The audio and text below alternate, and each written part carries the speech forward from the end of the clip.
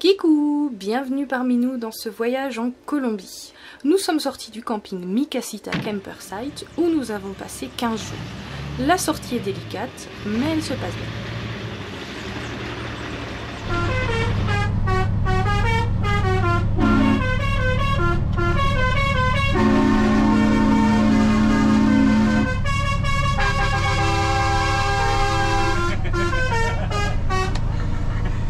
Pour rejoindre la ville, le chemin est tellement étroit que l'on espère ne pas croiser un autre camion, ou même une voiture, parce que ça passerait pas. Mais Georges a eu une bonne idée en faisant passer une voiture devant nous pour arrêter un éventuel camion qui arriverait en face.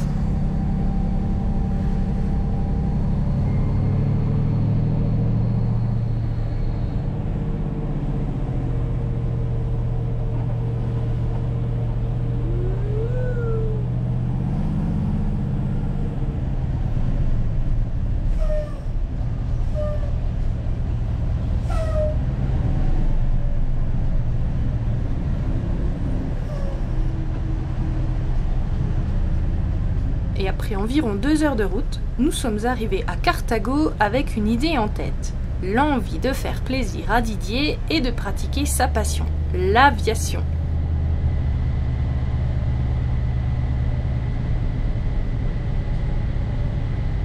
Alors ici, c'est une école de vol, d'instruction. Une école de pilotage, ouais. Ouais. Et qu'est-ce que tu vas faire? Eh bien, on va prendre des leçons de vol depuis quand même un petit moment où j'ai pas volé. Ouais. Donc on va reprendre des leçons sur un avion d'ici qui a été fabriqué donc, En Colombie. en Colombie, un avion colombien. C'est celui-là, juste derrière. Oui, c'est celui-là. Donc tout en glace cockpit à l'intérieur, il y a très peu de petits trucs. C'est un gros ordinateur, vous verrez ça tout à l'heure. C'est un Rotax turbo aussi, 916S avec un turbo et 120 chevaux. Je pense que ça doit décoller comme ça.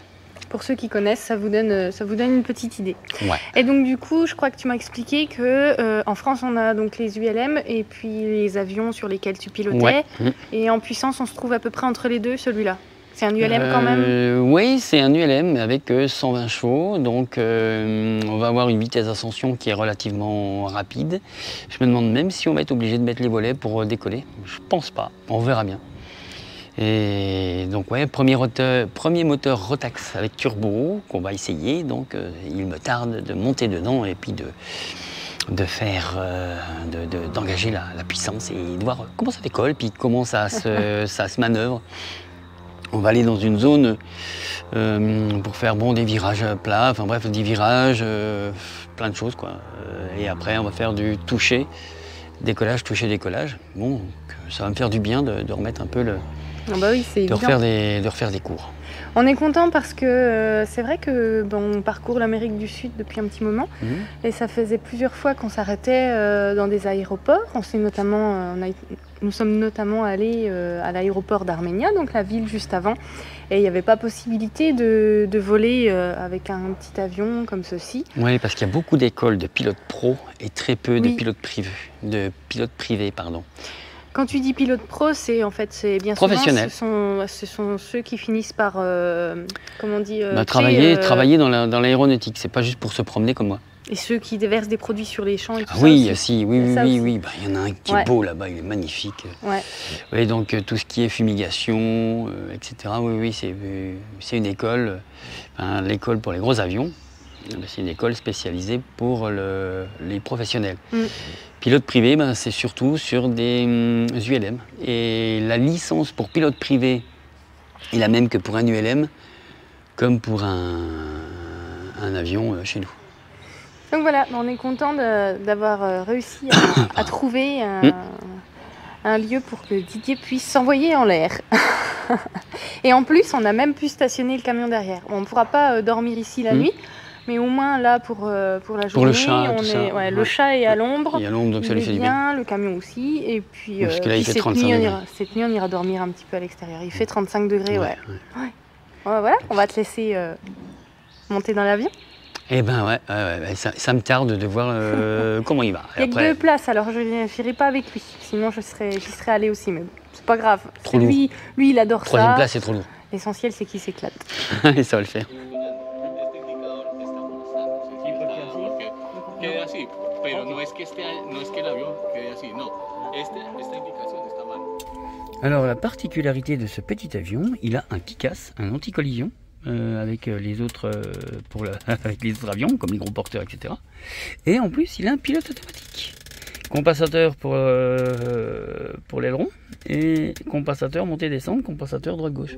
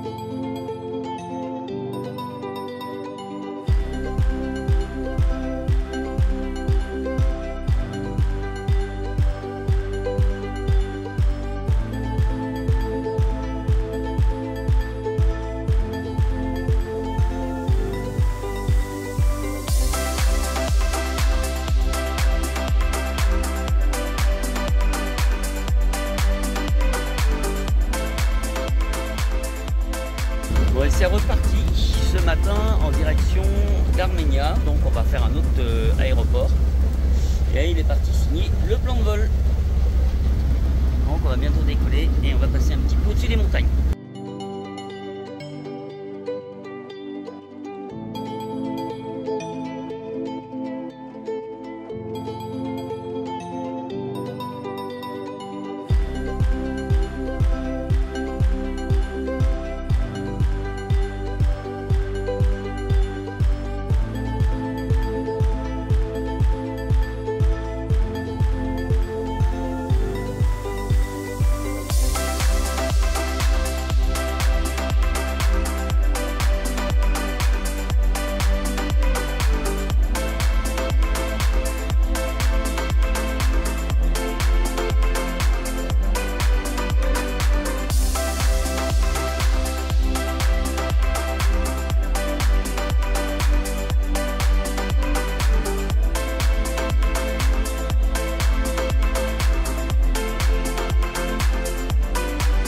Bon, nous voilà arrivés sur l'aéroport d'Arménia, une piste très très longue. Bon là pour le moment il n'y a pas de gros porteur, il y a juste un jet qui va partir et puis un avion commercial. Et voilà l'aéroport d'Arménia.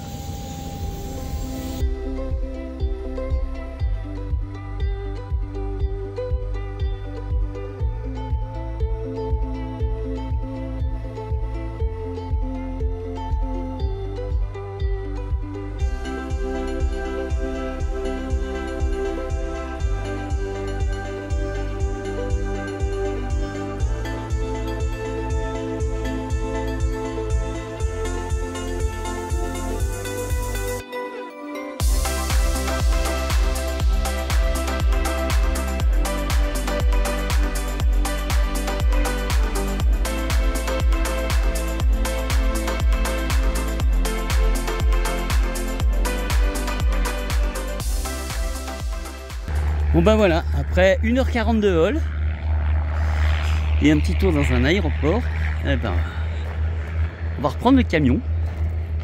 Lui il vole pas, il fait que de rouler, mais au moins c'était excellent, ça m'a fait du bien. Alors ce matin, Didier a refait un vol et on rend visite aux pompiers de l'aéroport. On est encore sur l'aéroport de Cartago, là où Didier a volé. Et puis donc on rend visite aux pompiers avec leur beau camion tout vert. C'est similaire à Maïk Zulu. Franchement, ce sont de très très beaux engins. Donc on a trouvé des copains pour Maizulu. Bon, je rappelle que la couleur de notre camion, c'est une totale coïncidence. C'était pas en rapport avec les camions de pompiers. Mais en fait, à l'époque, j'avais une voiture verte. J'aimais beaucoup cette couleur-là. Alors, j'ai voulu que l'on fasse le camion de la même couleur. Et Didier était d'accord. Bon, c'est flashy, mais nous, on aime bien. Et voilà. Et donc, du coup, on est comme les camions de pompiers en Amérique. C'est top, non? Franchement, ils sont magnifiques. Alors, on va aller voir l'intérieur du camion là-bas. Allez. Je vous emmène avec nous à l'intérieur du camion pompier. Trop bien. Ils sont tous devant. Et ça papote. Didier parle d'un nouveau jouet. Ce camion de pompier fait 35 tonnes entièrement chargées. C'est un 6x6. Avec des pneus hyper larges et des jantes toutes petites. C'est pour pouvoir passer facilement dans les bosses et tout. C'est un petit peu comme notre camion, mais beaucoup plus... c'est énorme. Et donc, si vous voyez, donc, là, vous avez éjection par le devant. Il y a encore un tuyau en dessous, dans un compartiment. Joystick avec le dessus. Ce que me disait monsieur le pompier tout à l'heure, c'est qu'il préfère jeter de l'eau dans les avions qui ont un petit incendie plutôt que du chimique, parce que quand tu envoies du chimique dans un avion, il est foutu. Donc c'est pour ça qu'ils peuvent mélanger entre l'eau et le chimique, et ils peuvent faire les deux. Ce camion est vraiment magnifique, il met 35 tonnes, et par contre il consomme énormément.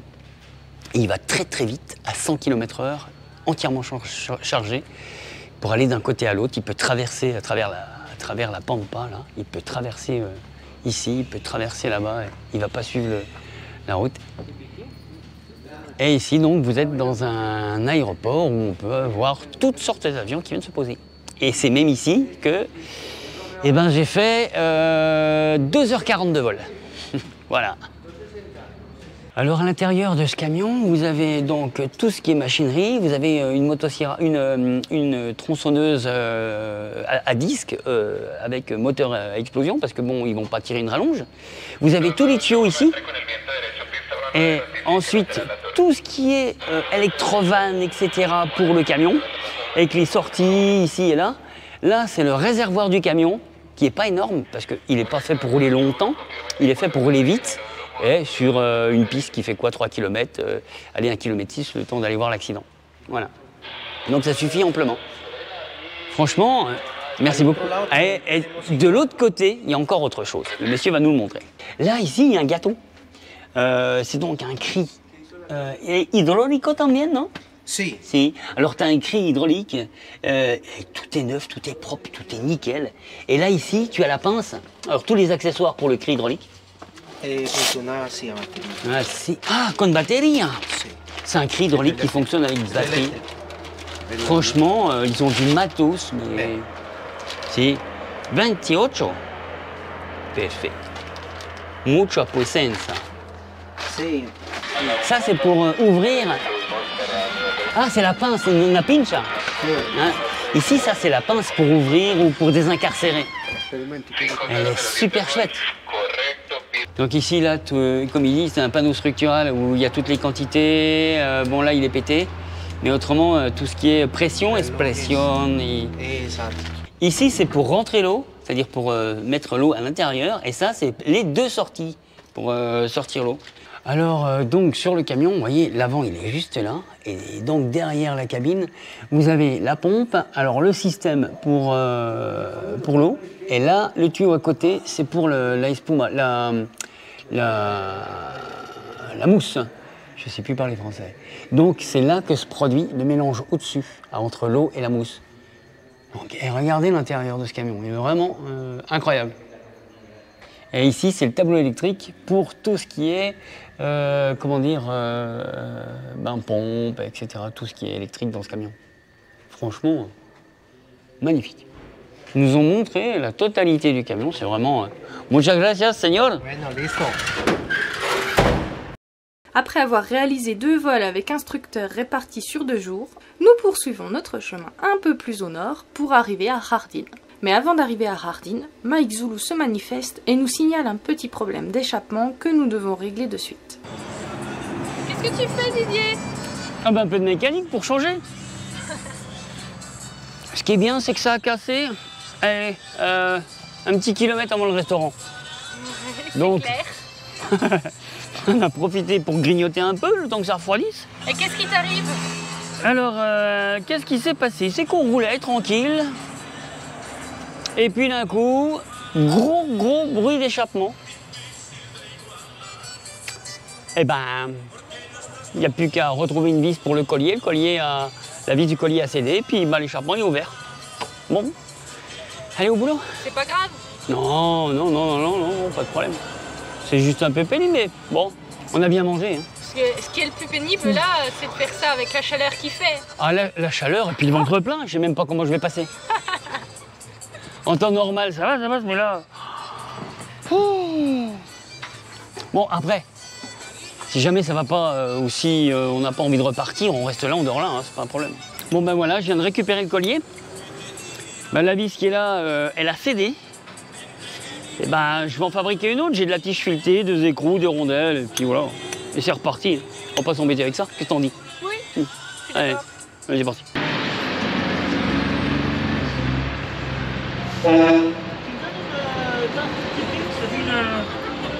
Une pincetto, s'il te plaît. Tu veux une pincetto? Une pincetto, ouais. Ok. Au centre de la caisse.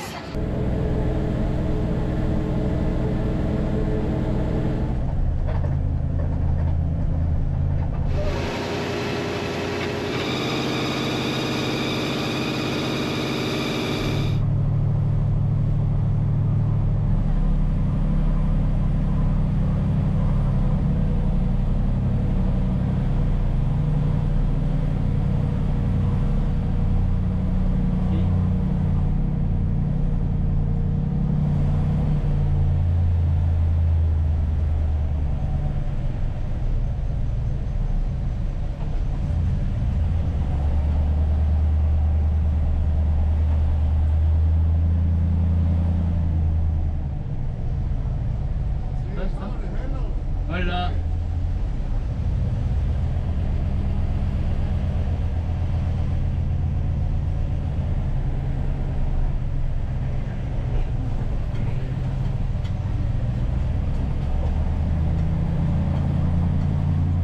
Ce matin, on s'est donné un objectif. C'est de trouver la Cueva del Esplendor. Pas se faire écraser. Ouais. Et donc c'est une cascade. Je vous en dis pas plus. On va découvrir tout ça ensemble. Donc en tout cas, c'est pas évident à trouver. Donc on va essayer de trouver ça. Et en plus, il faut faire quand même une randonnée assez importante, étant donné qu'on n'a pas fait de randonnée depuis longtemps. Donc on va essayer d'atteindre notre objectif. Hein, Didier? T'es motivé? Non. Moi non plus. Mais si, un petit peu quand même. Ça va être chaud, on va être bien fatigué ce soir, je pense. Mais si on trouve ce que l'on cherche, ça va être joli. Parce qu'on n'y va pas à moto, donc c'est pas aux fesses qu'on va avoir mal, c'est aux jambes. Oui. Alors, afin de se rapprocher du site, on a pris un tuk-tuk pour moins se fatiguer. Et ensuite, on va attaquer la randonnée. Donc on aura moins mal aux jambes.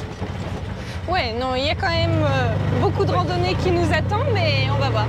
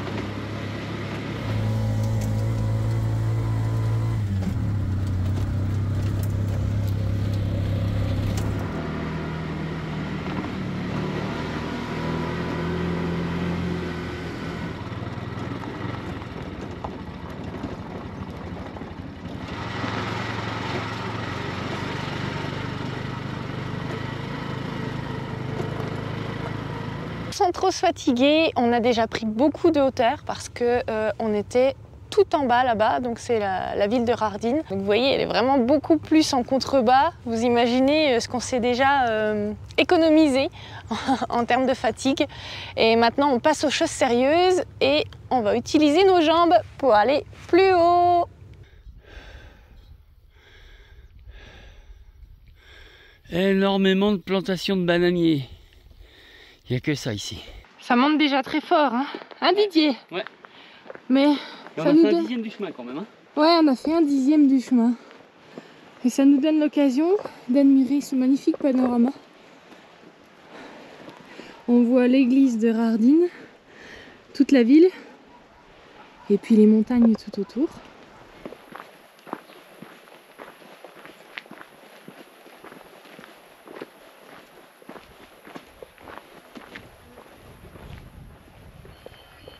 On accumule les kilomètres sur un chemin. On vient de derrière par là-bas, on a fait tout ça. On est au cœur d'une réserve naturelle. Et puis on poursuit. On ne sait pas quand on arrive, mais on y arrivera. Hein, Didier? Un jour ou un autre, on ne sait pas. On ne sait plus, on ne sait rien. Ou en tout cas, on va essayer d'y arriver. C'est hyper calme. On entend juste le son de nos pas. Et puis... je pense pas que vous pourrez l'entendre, mais on commence à entendre le son de l'eau qui coule. Donc, ça veut dire que l'on commence à se rapprocher.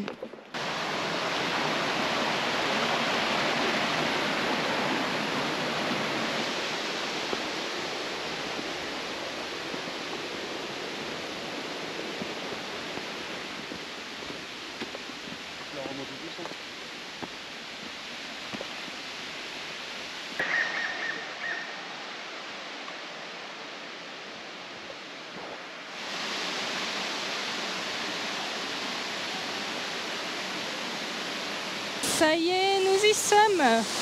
Voici la Cueva del Esplendor. C'est hyper bruyant, mais qu'est-ce que c'est beau! Ah, ça valait la peine de venir jusque-là. Excellent!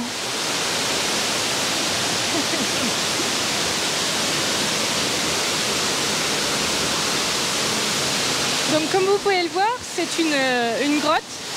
Et la voûte est percée et elle est traversée par une magnifique cascade. Il fait super frais. C'est agréable.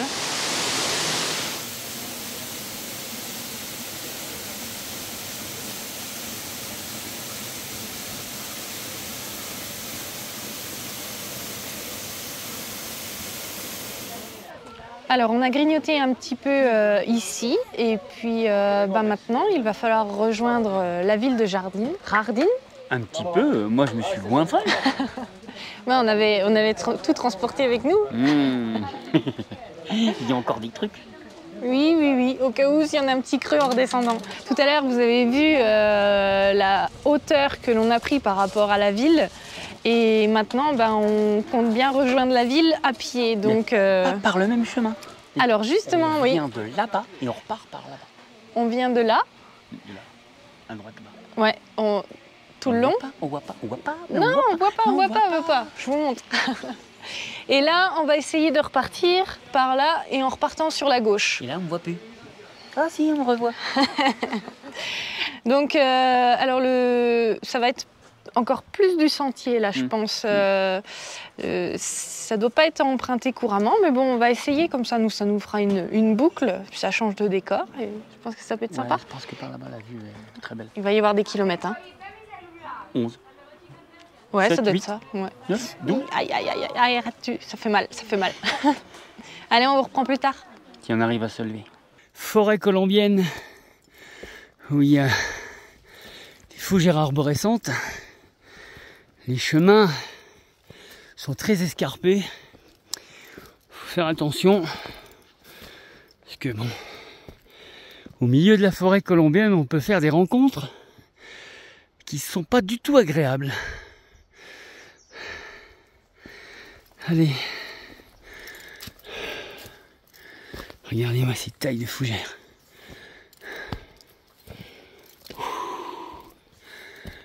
La montagne en face, c'est très dense hein, comme végétation.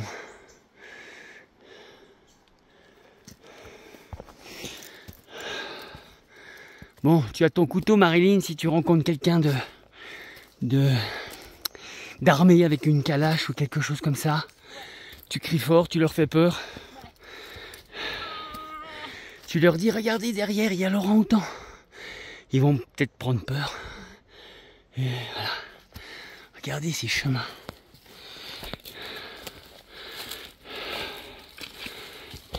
Oh putain! C'était quoi? J'ai vu, c'était un serpent. C'en était un, je l'ai vu. Qui va aussi vite que ça? Ah bah j'ai vu une grande queue, grande comme ça. Non, ça c'est moi. Et bah, je pense pas que ça soit un iguane. Ah, possible. Parce qu'il était très vite. Bon. Tant que c'est pas un pharc. Chut.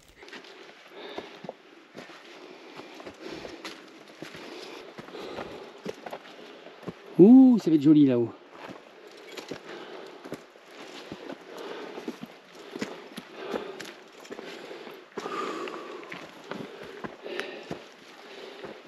Oula. Alors attends, hein, sans tomber. Bon, il n'y a pas 3 000 jours, mais quand même. L'escalade pour être quitte de tomber dans le trou d'eau. C'est encaissé, hein? C'est encaissé, hein? Ouais. Je suis pas passé dans l'eau. Ouais. J'aurais voulu voir ça de plus près. Ah. Barrière. Donc on va ouvrir, on va refermer derrière nous pour éviter que les animaux s'en aillent.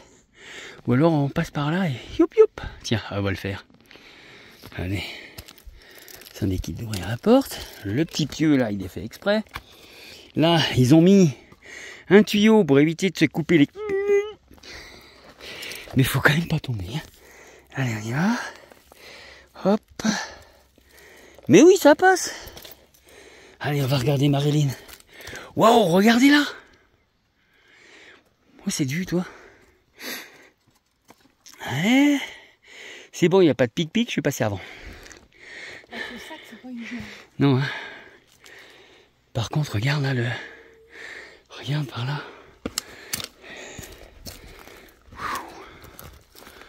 Waouh. Et regarde comme ça descend.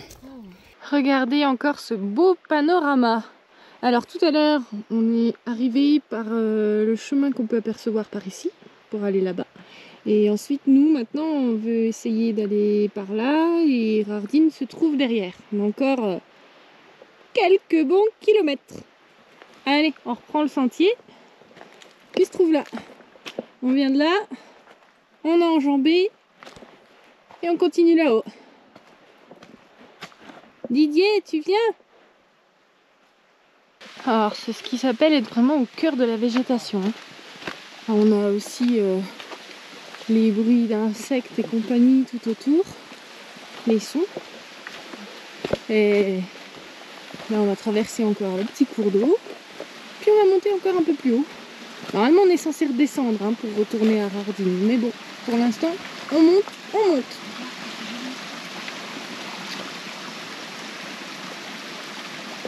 Regarde comme c'est magnifique. C'est joli.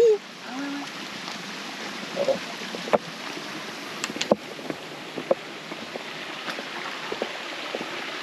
Oh, le sous-bois, c'est magnifique.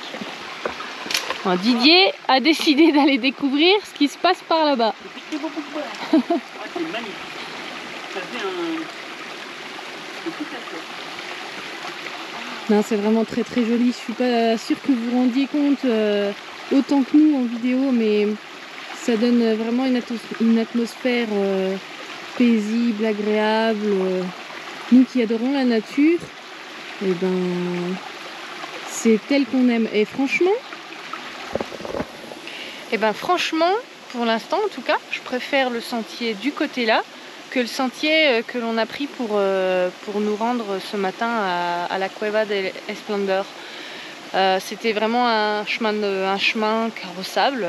Et là, on est vraiment sur du sentier de randonnée. Et ça, c'est top. Regardez la taille de ces feuilles qui sont là. Ah, Didier qui revient. Bon, ça va, c'est pas profond.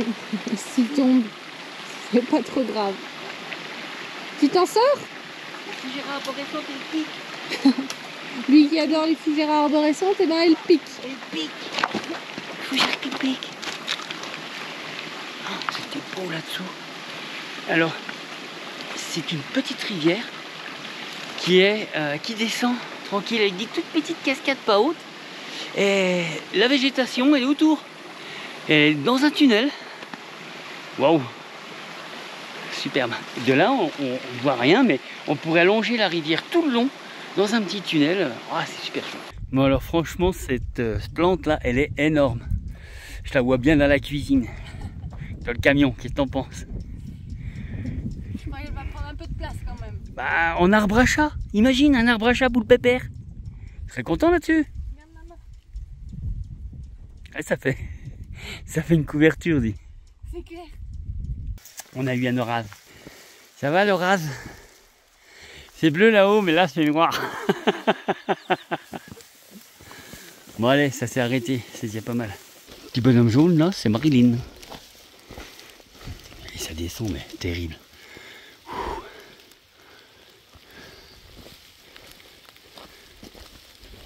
Après la pluie, on a rangé les ponchos. On ressemble plus à des gros bonbons jaunes. Par contre, c'est hyper glissant. La route en terre là, est très glissante. Ça colle sous les pieds. Comme si on avait des chaussures de drag queen. Mais par contre, les paysages sont vraiment magnifiques. Et ben ça y est, nous sommes revenus à la ville Rardin.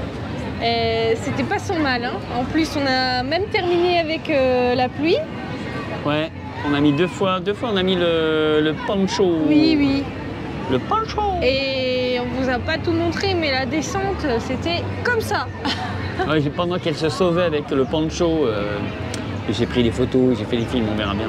S'ils sont corrects, elle vous les passera. Alors, combien de kilomètres on a fait? 16. 16 kilomètres. Et on n'avait pas randonné depuis un moment, donc on a mal aux jambes. Je sais plus ce que c'est, moi, les jambes. Là, ça y est, c'est en fin de compte, c'est une grosse fourmi. Là, c'est deux fourmis, c'est tout endolori. Ouais, c'est soit, en fait, on sait même pas trop, soit on les sent beaucoup, soit on les sent plus du tout. On sait pas, on ne sait plus, on ne sait pas, on ne sait rien. Donc voilà, bon, heureusement qu'on a pris le tuk-tuk déjà pour le début de la randonnée, au moins ça nous a déjà permis d'économiser un peu de trajet. Et puis le reste, on l'a fait à pied. Sinon, c'était vraiment magnifique. La cascade dans la grotte aussi, on a beaucoup aimé. Ma seule petite déception, c'est qu'une fois arrivé au-dessus, au niveau de la cascade, il faut s'enregistrer. Bon, après, le fait de payer 20 000 pesos, c'est pas un souci. Mais ce qu'on n'aime pas trop, nous, c'est les visites de groupe. Alors, on s'est retrouvés en groupe. Et en plus, on est limité à 35 minutes, alors qu'au départ, on s'était dit, bon, ok, on monte là-haut, on se pose. On se posera à la cascade, le temps de l'admirer. On fait cul nu dans la grotte, quoi. De faire un casse-croûte et tout. Et puis finalement, non. On est obligé de respecter une certaine durée. Donc voilà, c'est la seule petite déception. Mais par contre, je suis vraiment contente d'avoir vu la grotte. Ouais. En arrivant ici, on s'est autorisé une balade en ville. On est en terrasse et franchement c'est super agréable, il fait bon, il fait encore bon malgré qu'il y ait eu la pluie. Alors Rardin, c'est une ville qui est très très agréable, où on se sent en sécurité, sans problème, les gens sont très agréables. J'aime bien. Ouais, la ville est vraiment... la vue est magnifique. Elle a son cachet, son propre cachet, je trouve. Là, il y a un monde de fou, je vais vous montrer juste après. Il y a un monde fou. Bon, c'est samedi soir, mais l'autre jour, on est venu en journée et il y avait quand même du monde. Il y a une ambiance qui est bien particulière. Ça fait un petit peu terrasse du sud de France. C'est ça, non? Ouais. Ou de Corse? Corse, plutôt. Et donc, c'est une atmosphère qui est vraiment agréable. Ouais, on ne peut pas agréable, trouver un autre mot, c'est vraiment super agréable. Je vais vous faire un petit plan de la place. Ce que j'aime bien dans ce village, c'est que tout est coloré, les tables, les chaises, les murs, les façades, tout est coloré. Et l'église est vraiment magnifique.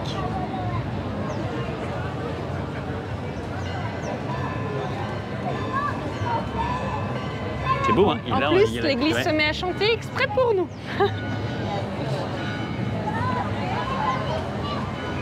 Je ne sais pas si vous vous rendez compte vraiment de l'ambiance qu'il y a. C'est vraiment original. Et on a visité d'autres villages en Colombie, mais il n'y avait pas ça. Hein? C'était pas comme ça. Non.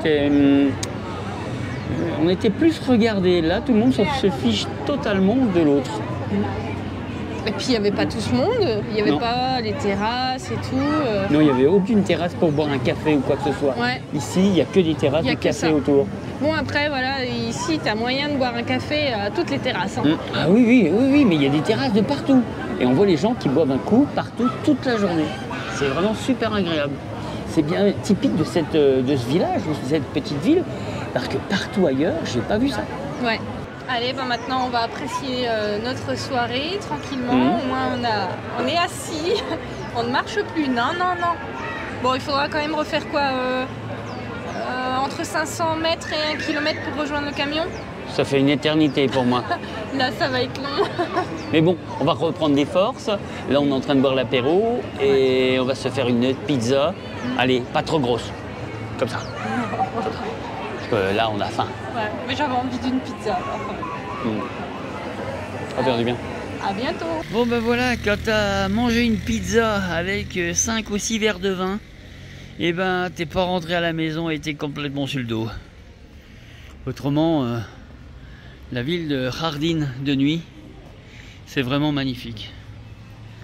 Regarde.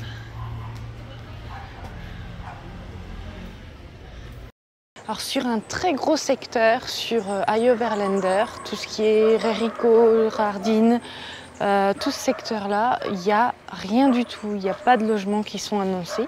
Donc on est venu à Jardín en ne sachant pas trop où nous allions loger. Et nous avons quand même trouvé un endroit qui s'appelle Eco Aventura X. Et au cas où vous veniez un jour ici à Jardín, eh ben, je vais vous montrer où nous sommes. Alors ça c'est la rue par laquelle nous sommes venus. Alors avec notre camion de 4,05 m, on est passé, il n'y a pas de problème, il y a juste une branche qui a frotté. Mais c'est passé sans souci.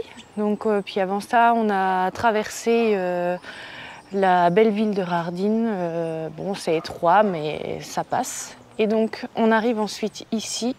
Donc ça s'appelle Eco Aventura X et bon l'entrée est juste. Mais c'est pareil, ça passe. En faisant attention, il n'y a pas de souci. Donc une fois qu'on est ici, eh ben, on a tout un terrain qui s'offre à nous. On peut se mettre là où on veut. Bon, c'est pas parfaitement plat, mais c'est relativement plat. Nous, on s'est trouvé une petite place là-bas.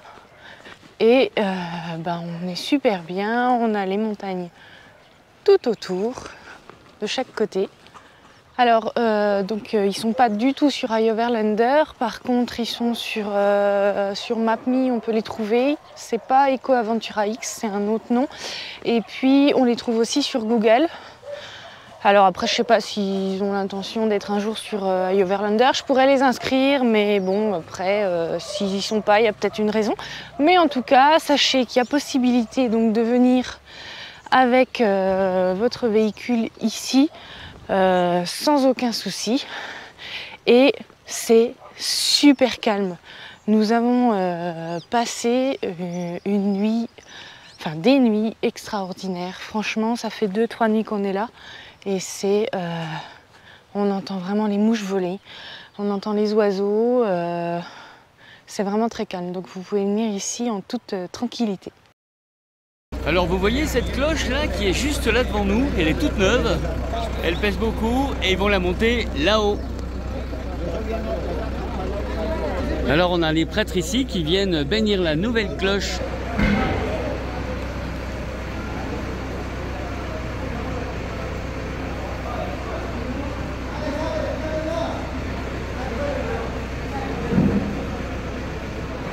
j'ai touché la nouvelle cloche qui va être sur le clocher de Hardin. Excellent. Je suis content. C'est la première fois que je touche une cloche qui va être sur un clocher en Amérique du Sud.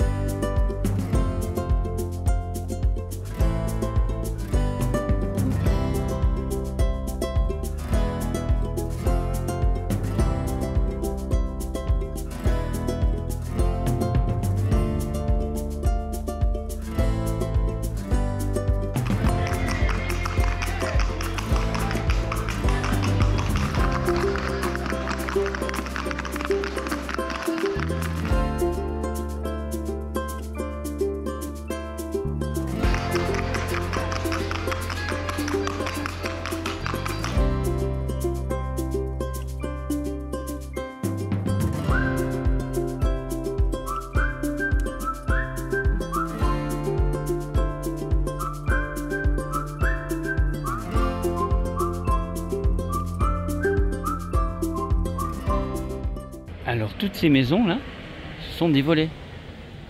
Il n'y a pas de vitre. C'est-à-dire que vous ouvrez, c'est grand ouvert. Bon après, c'est compréhensible. Hein, il n'y a pas besoin de vitre, parce que c'est ouvert toute la journée. C'est fermé juste ou le soir ou quand tu t'en vas. Hardin était un grand village, ou une petite ville à taille humaine. Nous rejoignons ensuite la ville de Medellín.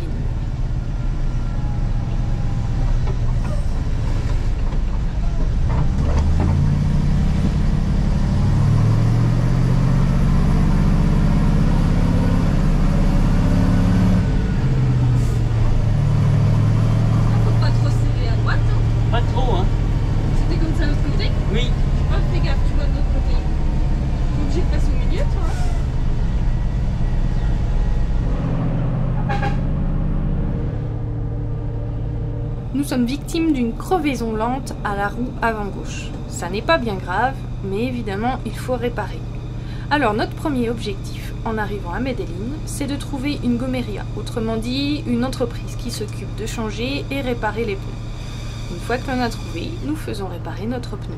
Nous sommes tout juste avant Medellín et on a déjà trouvé une société qui s'occupe donc de réparer et changer les pneus.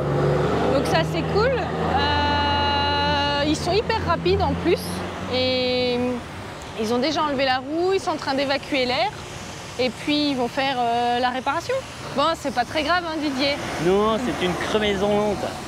Mais on va pas vous en faire un speech pendant des années. Non, on va faire le nécessaire, c'est tout. Hein. On peut pas laisser ça comme ça. On va faire la réparation, puis après ce sera reparti pour un tour. On fait travailler les Colombiens? Ouais. Ils sont heureux? Oui. Parce que t'aurais pu le faire. Hein. Ah non, j'ai pas envie de m'embêter. Tu rigoles, ça? Non, autant faire travailler les locaux. 60 000 pesos. 60 000 pesos, tu divises par 4, ça coûte rien. Ouais. Salut. Donc voilà. Allez, on fait ce qu'il faut et on poursuit. Eh oui.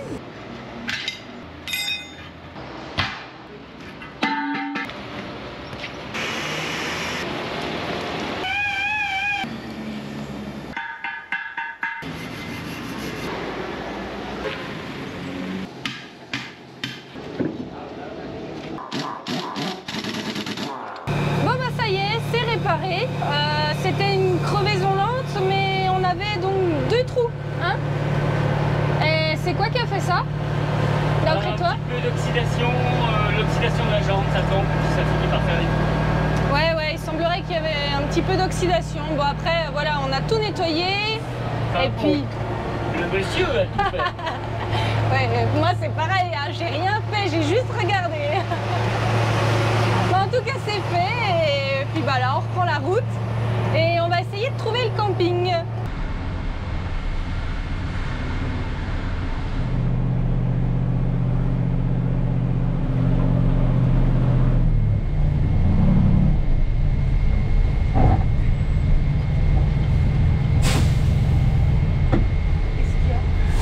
Ça monte pas.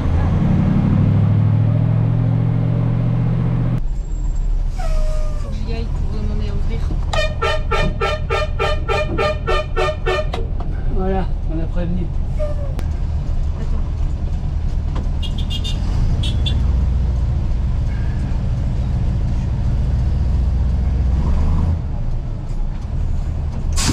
Nous sommes arrivés au camping El Bosque aux environs de Medellín. Et donc bon, on a roulé quasiment toute la journée. Ça monte comme ça. Et puis... Non mais je rigole parce qu'il y a des gens là-bas qui me font rigoler. Alors notre camion est là et on a des agréables voisins. Vous allez les reconnaître. Viens, viens. Hola copine. Hola. Salut. Donc voilà, on a retrouvé Sandra et Fofo, et donc nos amis brésiliens. Donc bon, on était au courant, on a encore gardé contact, et puis on savait qu'ils étaient au camping El Bosque, donc nous sommes venus les rejoindre au camping El Bosque. Et ils sont aussi gentils parce qu'ils nous ont attendus. Oui. Ouais. Alors, bah, c'est ce qui va conclure cette vidéo. On vous dit à très bientôt. Oui, oui. Oui, oui. On vous dit à très bientôt. Mettez des gros pouces. Des pouces. Pouces. Pouces. Abonnez-vous et sans oublier la petite clochette. Et n'oubliez pas, voyager, c'est la liberté. La liberté. Oui. Viajar es la libertad. Viajar es la libertad. Si. Allez, nous, on va descansar. Avec eux, on va les boire un Ils coup. vont descansar. Ciao. Ciao. Bye bye.